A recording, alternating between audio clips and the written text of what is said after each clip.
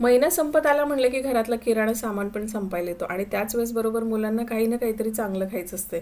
तर मला पण ॲडजस्टमेंट करायची सवय असल्यामुळे मी काही ना काहीतरी जुगाड करतेच. आणि खरं तर मला वाटतं सगळ्याच बायकांना या गोष्टींची सवय असते.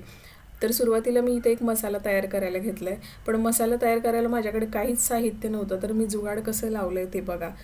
तर सुरुवातीला आपण इथे एक मोठा कांदा उभा चिरून घ्यायचे, त्याचबरोबर एक टोमॅटो पण मोठं घ्यायचे, ते पण थोडंसं मोठं मोठं कापून घ्यायचे. त्याचबरोबर 1 इंच आलं घेऊया, आलं साफ करूया, वरची साल सगळी काढून टाकूया.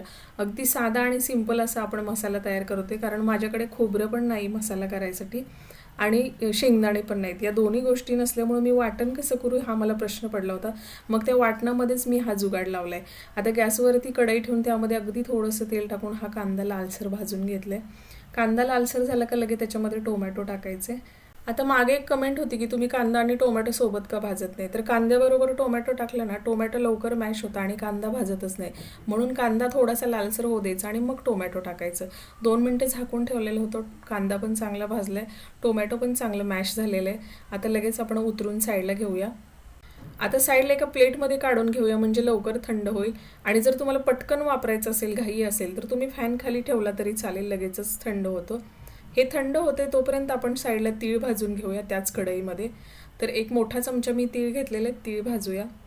आता तुम्हाला मी म्हणलं ना जुगाड मी लावलेलं, तर तो हाच जुगाड आहे बघा. कारण माझ्याकडे वाटण करण्यासाठी खोबरं नव्हतं, शेंगदाणे नव्हते किंवा काजू नव्हते. तर त्याऐवजी मी काय केलं, तीळ घेतले. तुम्ही जर कधी तीळ वापरले नसतील तर एकदा वापरून बघा, खूप मस्त भाजी होते.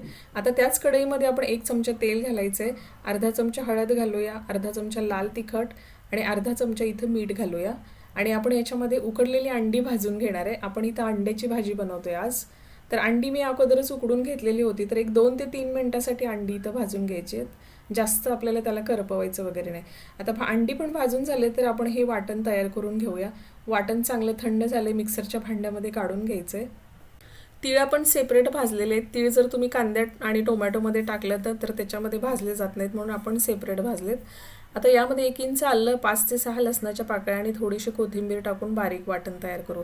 गॅसवरती पातेलं ठेवायचं आहे, मोठे 2 चमचे तेल घालायचं, 1 चमचा मोहरी घालायची, 2 तेजपत्त्याची पानं, 1 चमचा जिरे घालायचे आणि जे वाटण आपण करून घेतले ना ते अगोदर टाकूया.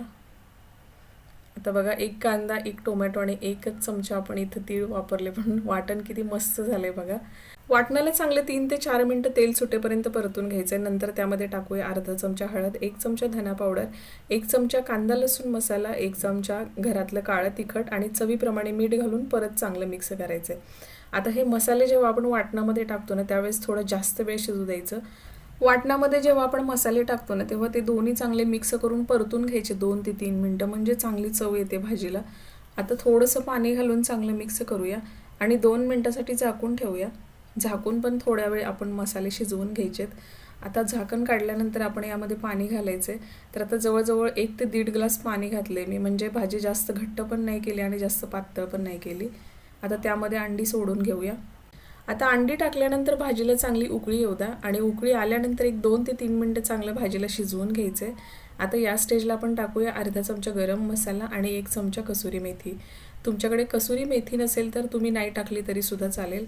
आता या स्टेजला तुम्ही थोडंसं पाणी वाढवलं तरीसुद्धा चालतं आहे.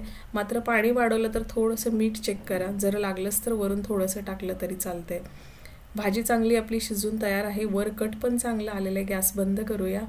तर कशी वाटली तुम्हाला जुगाडूवाली रेसिपी? मी जशी जुगाड करते तसं तुम्ही पण कधी करता का? घरामध्ये काहीही मसाले नसताना आपण एक मस्त अशी अंड्याची भाजी बनवली आणि खायला एवढी टेस्टी झाली होती की सांगायला नको. तर तुम्ही जुगाड करत असाल तर कमेंट बॉक्समध्ये मला नक्की सांगा. परत आपण एका छान आणि अशाच मस्त व्हिडिओमध्ये भेटणार आहोत. तोपर्यंत नमस्कार.